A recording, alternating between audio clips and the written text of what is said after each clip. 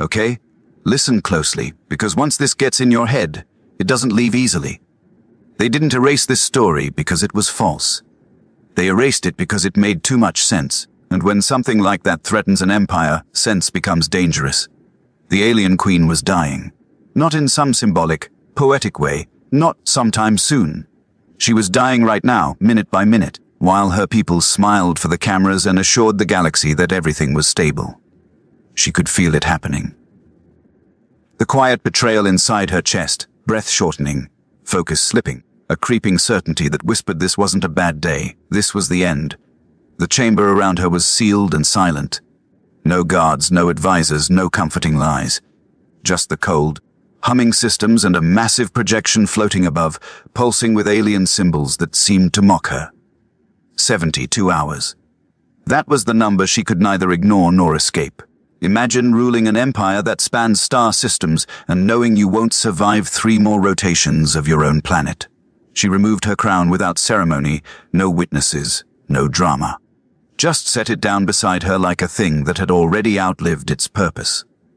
It clanged softly against the floor, and for the first time since ascending the throne, she allowed herself to slump, to let gravity remind her she was human in more ways than she wanted to admit. They never record that moment. They don't tell you the queen was afraid. Not of dying, exactly, but of what her death would do. Because when she fell, the empire wouldn't hold together. Succession laws would trigger rival claims. Outer systems would fracture. Old enemies, silent for centuries, would sense weakness and strike. Billions of lives balanced on her failing heartbeat. And the cruel part. She already knew the answer. Buried deep in restricted archives, locked behind layers of cultural denial, was a solution no one wanted to acknowledge. One that had been quietly predicted generations ago and quietly buried just as fast. Now imagine this, an ancient civilization built on genetic perfection, realizing that perfection itself was the problem. The Althari believed in control. Their bodies were engineered from birth. No disease, no mutation, no randomness. Each generation cleaner, more stable, more refined than the last. Beautiful and brittle. Over time, their DNA stopped adapting. It stopped learning how to respond to stress. Cells forgot how to repair damage they'd never been designed to face. Queens ruled shorter lives. Healers blamed cosmic radiation, bad stars, unlucky alignments. But the truth was uglier. Their genetics had become too controlled to survive reality. They tried everything. Cloning queens. Artificial wombs. Gene splicing with advanced species far older and stronger than humans. Nothing worked. It was all still too rigid. Then someone found the old model, the one everyone pretended didn't exist. A species whose DNA thrived under stress, whose biology rewrote itself constantly, whose survival depended on emotional bonding. Humans. Yes, humans. The model didn't soften the language. It didn't care about pride. Survival required genuine bonding, proximity, emotional imprinting, choice, not simulation, not ritual, real connection. And yes, mating. The council lost their minds. Priests called it sacrilege. Generals called it surrender. Scientists muttered about probability and ethics. But their voices were weak against the ticking clock. And the queen, she simply asked one question: would it save her people? The answer, though terrifying, was yes. That's when the human entered the story. And no, he wasn't special. No decorated soldier. No chosen one nonsense. Just a systems analyst assigned to translation support. The kind of human you forget exists 5 minutes after a meeting ends. He was supposed to observe, not participate, until the doors sealed behind him. The temperature dropped, lights dimmed to preserve energy. Emergency protocols activated without explanation. And then she was there, up close, not glowing, not untouchable, not divine, just exhausted. Her skin had lost its usual shimmer, cold like stone left in shadow. Her breathing was uneven. When she tried to stand, her legs gave out. Instinct took over. He caught her. You ever catch someone falling and suddenly realize how real they are? That's what hit him. Solid, heavy, alive. Her hand brushed his wrist. And something happened. A chill shot up his arm. Not pain, not fear, but recognition. Her body reacted to his presence in a way he couldn't understand. Her eyes snapped to his. Wide. Focused. Locked in a way that made his stomach turn. The alarms shifted tone, not warning anymore, but response detected. You wouldn't believe how fast the room went silent. She whispered something in her language. Translators hesitated. It didn't mean mate. It didn't mean bond. It meant something closer to her, the one who endures. Can you imagine being in his position right then? 1 second, your background noise. The next, the future of an empire is gripping your arm, refusing to let go. Healers rushed in. Data flooded the air. Vital signs spiked, then stabilized. For the first time in weeks, her genetic collapse slowed, not stopped, slowed. Because of him, the council demanded immediate separation. Protocol panic. Pride. But every time he stepped back, her readings dropped. Every time he stepped forward, her body fought harder. Adapted, learned. That's when the Queen understood. And fear truly set in. Because saving her people meant choosing what her culture feared most: emotion, chaos, human connection. She looked at him, not as a subject, not as a solution, but as a person standing too close to the edge of history. I am afraid, she said quietly. Not of him, but of what choosing him would change. And that's where we stop. Because what happens next isn't about survival anymore. It's about choice. He froze for a moment, just staring, because this wasn't in any training manual. Not the emergency protocols, not the ambassador's handbook, not even the survival guides for humans interacting with alien royalty. This was raw, chaotic, impossibly real. And she was staring back, eyes wide, unblinking, and somehow telling him everything without a word. He could feel the weight of her history pressing down on him, the entire legacy of her species humming through the air, waiting for him to make a choice he barely understood. She wasn't just an alien in need. She was a universe of rules, laws, and expectations wrapped around a body that was starting to fail. And here he was, a human, small, fragile, utterly untrained for this kind of responsibility. You don't understand, she whispered, voice tight but unyielding, and he realized she wasn't speaking to him alone. She was speaking to the empire that might collapse if he didn't act, the advisors who had been silently calculating the probability of survival down to the decimal, the billions of lives that depended on a species that had forgotten how to survive chaos. He swallowed. Could he even make a choice here? One wrong move, one hesitation, and billions could die. But there wasn't time to hesitate. He barely had time to think. And then he noticed the subtle changes. Her body, so rigid a moment ago, was twitching slightly in response to him. Not consciously, not like a machine obeying commands, but instinctively. Her DNA, he realized with a shock that made his stomach twist, was responding to human presence in a way no other species had ever managed. Every step he took, every motion he made, sent ripples through her body, stabilizing systems that had been failing for days.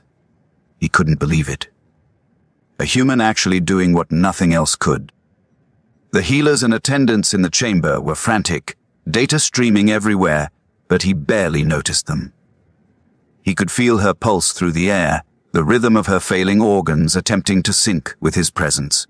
And then it hit him. The reason she hadn't survived with anything else was not lack of knowledge, not lack of power, but lack of unpredictability. She needed a variable the universe hadn't accounted for: a human. You need to come closer, she said, and there was no command in the words, only urgency, necessity. He stepped forward, heart pounding, and felt her body respond immediately, systems stabilizing as if his proximity had injected some unknown remedy into her veins. It was awkward. It was terrifying. He wanted to back away, to give her space, to let the trained staff take over. But his instincts, human instincts, kept him there. And as he stood, the reality of what this meant began to sink in. Every movement, every subtle gesture, was now a lifeline for the Queen of the Elthari Empire.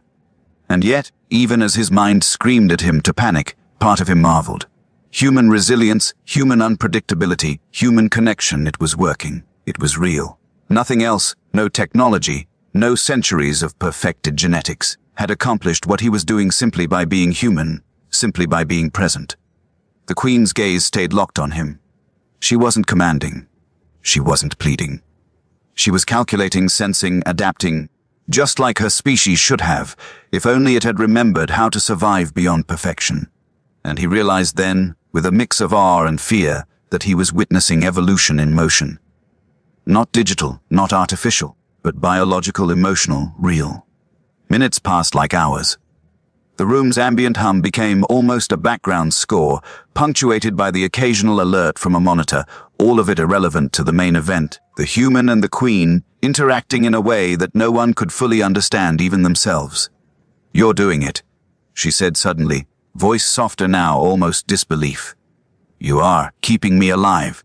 He wanted to laugh, to protest, to say, "I'm just standing here," but he couldn't. He could feel the truth of her words in his bones, in the tight knot of adrenaline in his chest. He was standing there, yes, but his presence, his unpredictability, his very human chaos was keeping her alive. And the realization made him feel exposed, vulnerable, but also powerful. The attendants in the room were whispering in frantic alien tones, debating protocols, procedures, morality, propriety, anything to avoid admitting what was happening. But the data spoke for itself. Her vitals were stabilizing, her neural patterns were sensing in ways that should have been impossible, and her cells were repairing with a vigor no artificial method had achieved. It was a miracle, in a way that no one alive had been allowed to see. Not even the scientists who had run simulations for decades had predicted that a human could be the variable that saved the queen.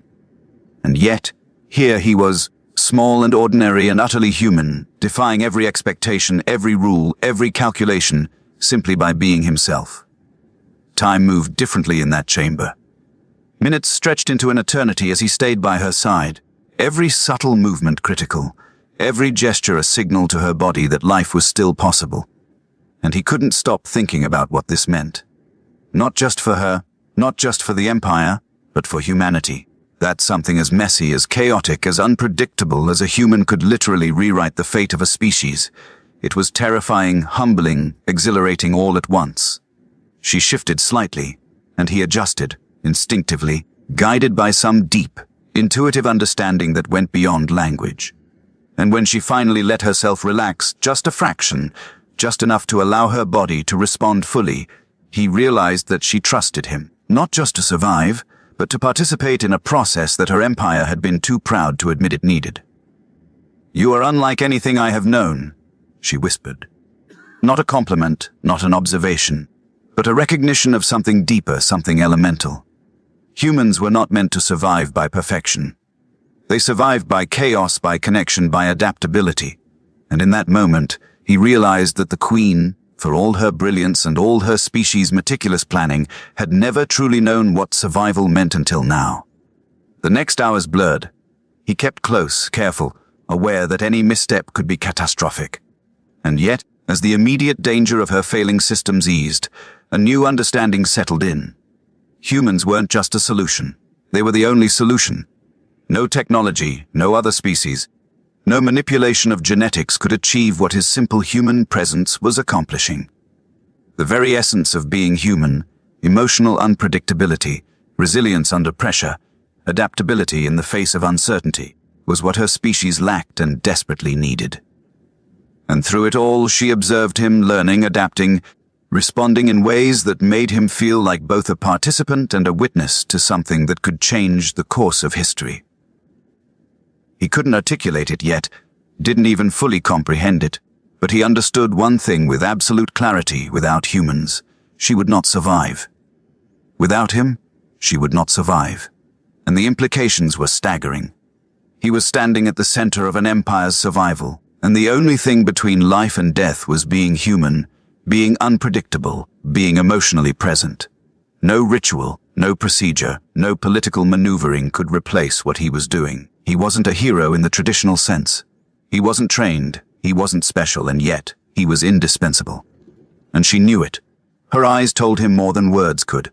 Not desperation, not panic, but quiet, stark awareness of the truth. She was alive because of him, because of his humanity. And that realization, heavy as it was, settled over both of them like a silent covenant, binding them in a way that neither could deny, ignore, or escape. Hours turned to the edge of the next cycle, and he remained by her side. Every motion measured, every presence felt. She shifted again, and he adjusted, and they moved together in a silent, unspoken rhythm that was at once intimate, terrifying, and utterly essential. It was more than survival. It was adaptation. It was evolution. And it was human. By the time the chamber doors finally began to open to the outside world, The queen had stabilized. Not fully healed, not fully restored, but alive in a way that no one had dared hope. And he realized, with a mixture of awe and fear, that humanity had just rewritten the rules for an entire alien empire. Not by conquest, not by dominance, not by perfection, but by simply being human. And that's where it ends for now. Because what comes next isn't about keeping her alive. It's about understanding what it truly means to be indispensable. To be the variable no one else can replace. To be human in a universe that thought it could survive without it. He didn't know how long he had been there, standing by her side, but every second felt stretched, magnified, like the universe itself had slowed to watch. Her body had stabilized, yes, but it was fragile still. Every micro movement, every subtle shift of weight had to be precise. One wrong step, one hesitation, and the progress of hours could vanish. She wasn't speaking much, not in words he could understand. Instead, she communicated through subtle shifts in posture, minute changes in breathing, tiny tremors of the fingers he was holding, and he realized something terrifying. The entire survival of her species, of her empire, was depending on his ability to read her. Not as a human reads a person, not as a diplomat reads a foreign culture, but as a living, adaptive variable interacting with another species' biology in real time. He could feel the cold pulse of her veins under his touch, the quivering hum of systems that had barely survived the past cycles. And yet, there was something astonishing happening. She was learning. Her body was adapting faster than anyone could have predicted. Neural pathways he couldn't see were reorganizing, rewriting themselves in response to something as simple and as complex as his presence. She shifted closer, almost imperceptibly, and he followed instinctively. It wasn't conscious thought. It wasn't calculation. It was human intuition, raw and untrained, matching her rhythm as if their bodies had known each other longer than seconds, longer than minutes, maybe longer than either of them would ever admit. "You're unpredictable," she whispered in her language. He couldn't understand the words, but the tone was unmistakable. It was admiration laced with fear. She knew that unpredictability, the chaos humans carried in their DNA, was the only thing keeping her alive. She had ruled for centuries, controlled everything, manipulated everything, and yet this simple human presence, something she had never experienced before, was stabilizing her in ways her empire's finest scientists had failed to achieve. He wanted to speak, to offer some reassurance, but words felt inadequate. Nothing he could say would capture the impossibility of what was happening. Instead, he moved with her subtly, almost imperceptibly, as if they were performing a silent dance. And in a way they were. The dance was not ceremonial. It was survival. It was evolution. And it was human. Minutes passed, or maybe hours, he had lost track, but each heartbeat was a drum of tension. He could feel her trembling the fine, almost invisible shakes that threatened to undo hours of progress. And yet, she wasn't panicking. She was calculating, reacting, adapting, watching him as closely as he was watching her. "Stay," she finally said in a voice that carried across the quiet chamber. Not an order, not a plea, but a statement of necessity. He nodded without thinking, and as he moved closer, he could feel her body responding more strongly, systems stabilizing, cells repairing, neural connections firing in sync with the irregular, chaotic heartbeat of a human. It was then he understood fully. No one else could do this. Not another alien, not technology, not cloned perfection.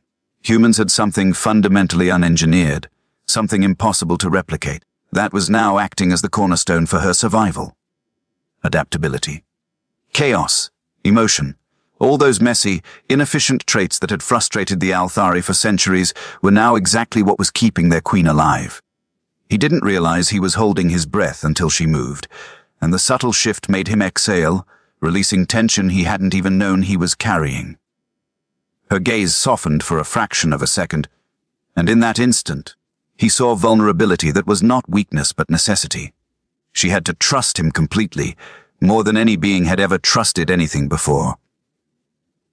The chamber's attendants continued their frantic calculations, murmuring amongst themselves, but their voices became background noise. He didn't care. She didn't care. All that mattered was this fragile, Impossible connection that had formed between a human and a species that thought it had transcended need. He adjusted his stance, subtly mirroring her movements, letting her know through body language, through unconscious gestures that he was present, that he was engaged, that he would not falter. And then it happened. Her body responded in a way that no machine could predict, no algorithm could calculate. Neural signals accelerated, organs stabilized. Genetic decay slowed further. She was literally learning to survive again, guided by human unpredictability, by human emotion, by human presence. "You're unlike anything I imagined," she said, voice trembling now, not from weakness, but from the sudden awareness of how precarious her survival truly was. He could feel the weight behind her words. This was not admiration. This was awe. The realization that humans, messy, emotional, chaotic, unpredictable humans, carried something her species had long forgotten. Something essential. Something alive. He could feel it, too. The profound absurdity of it. Here he was, an ordinary man by all accounts, standing in a room that could have been an empire's tomb, and the future of a species depended on the simplest, most human of things. Connection, presence, trust, and in a sense, the willingness to step into the unknown without any guarantee of control. Hours passed in a rhythm of silent adjustments. Every gesture mattered. Every heartbeat mattered. And with every adjustment, every subtle movement, she became stronger. Not fully healed, not fully restored, but alive in a way that defied centuries of expectation. And he understood that survival alone was not enough. The Queen needed more than life. She needed adaptation. She needed to reclaim what her species had lost over millennia: resilience. "You understand," she said, finally, her voice low, almost reverent. Not commanding, not pleading, but recognizing the unthinkable truth. That he understood what she needed, that he embodied it, and that without him she would never survive. It was terrifying. It was humbling. It was exhilarating. And somehow, impossibly, it was human. He realized that the empire, the politics, the ceremonial obligations, all of it was irrelevant in this moment. The Queen's life, the survival of her species, depended not on power or influence, but on raw human unpredictability. On being present, being alive, being capable of adaptation. And that thought, that simple but impossible truth, made him feel simultaneously small and monumental. The Queen shifted again, almost imperceptibly, and he followed without thinking. His movements were guided by instinct, by intuition, by an understanding deeper than words. And with that slight adjustment, he could feel her body responding more vigorously, systems stabilizing further, her genetic collapse halting in ways that no previous intervention had ever achieved. "You are the variable," she whispered, voice breaking slightly, not from weakness, but from recognition, the one my people never considered. And he understood. He was not a savior in the traditional sense. He was not a hero. He was not chosen. He was simply human, and that was enough. That unpredictability, that resilience, that flawed, chaotic existence was now the linchpin of survival for an entire alien species. Minutes blended into hours, and each breath became a deliberate act of attention. Every step, every shift, every glance mattered. And he felt it, the profound weight of responsibility, yes, but also a strange, almost thrilling exhilaration. Humanity had been underestimated, misunderstood, considered messy, fragile, insignificant. And now, in this impossible chamber, humanity was essential. She watched him constantly, eyes wide, analyzing, calculating, learning. And in that quiet observation, he realized the depth of trust that had formed between them. It was unspoken, undeniable, impossible to break. A human and a queen, bound not by politics, not by ceremony, but by the raw, unfiltered mechanics of life itself. And as the first real signs of sustained recovery appeared, her vitals stabilizing, her neural patterns normalizing, her body responding instinctively to his presence, he understood something else. Survival was not the endpoint. Adaptation was. And in that moment, he saw the future of her species not as a continuation of centuries of control, but as a new chapter written by unpredictability, by connection, by humanity itself. And he knew one thing with absolute clarity: without him, without humans, she would not survive.